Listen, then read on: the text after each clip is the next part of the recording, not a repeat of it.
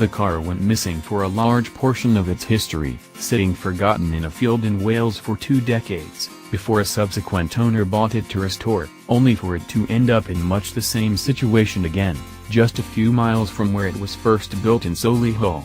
The car's previous owners are being invited to the Classic Works facility in Solihull to watch its restoration.Land Rover Classic, JLR's division in charge of restoring heritage cars from the sister brand's histories, will be completing the restoration to a drivable standard, and has been responsible for numerous high-profile restorations across the division's short history.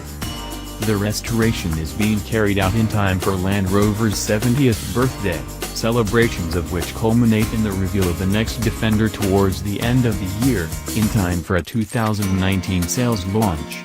It'll be 2 years since the previous Defender, which had a production run of 67 years, last rolled off the production line.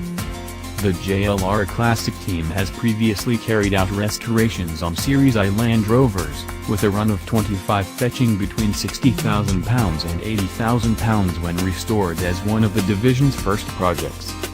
It's likely that the restoration will pump the value of the car up far beyond this, but as a near-priceless example, with one of 3 status as a 1948 Amsterdam Motor Show car, it won't be sold.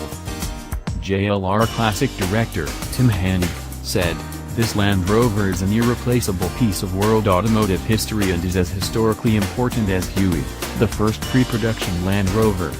Beginning its sympathetic restoration here at Classic Works, where we can ensure it's put back together precisely as it's meant to be, is a fitting way to start Land Rover's 70th anniversary year.